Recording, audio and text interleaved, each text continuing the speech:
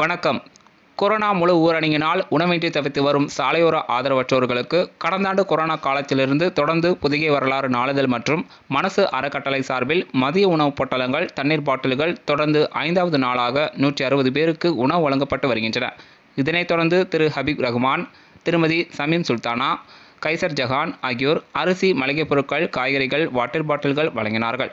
சமூக பணியில் Hawwa catering service நிறுவனர் இக்பால் ஆகியோர் உதவியுடன் அறுசுவை வெஜிடபிள் பிரியாணி, தயிர் பச்சடி உணவு தயார் செய்யப்பட்டு கொடுங்கியூர், மகாகவி பாரதி நகர், ஸ்டான்லி மருத்துவமனை, Basin Bridge, B station, Parimunai, Mint, high court ஆகிய இடங்களில் சாலையோரத்தில் இருக்கும் ஆதரவற்றோர்கள், மாற்றுத்திறனாளிகள், கஷ்டப்படும் குடும்பத்தினர் என இன்று 160 நபர்களுக்கு மதிய வெஜிடபிள் பிரியாணி, தயிர் பச்சடி, வாட்டர் பாட்டில்கள் வழங்கப்பட்டது.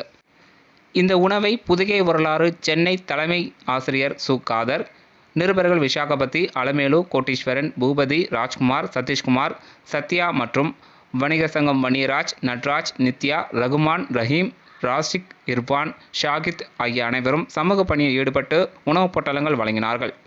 எங்களுக்கு என்றும் எங்கள் சமூக பணியில் உதவி வரும் புதுகை வரலாறு ஆசிரியர் சிவசக்திவேல், பரமேஷ் கேட்டரிங் சர்வீஸ் உரிமையாளர் பி. மணிவண்ணன், மாநகராட்சி அதிகாரி ஜி. ஸ்ரீனிவாசன் ஆகியோருக்கு நன்றியை தெரிவித்துக் கொள்கிறோம்.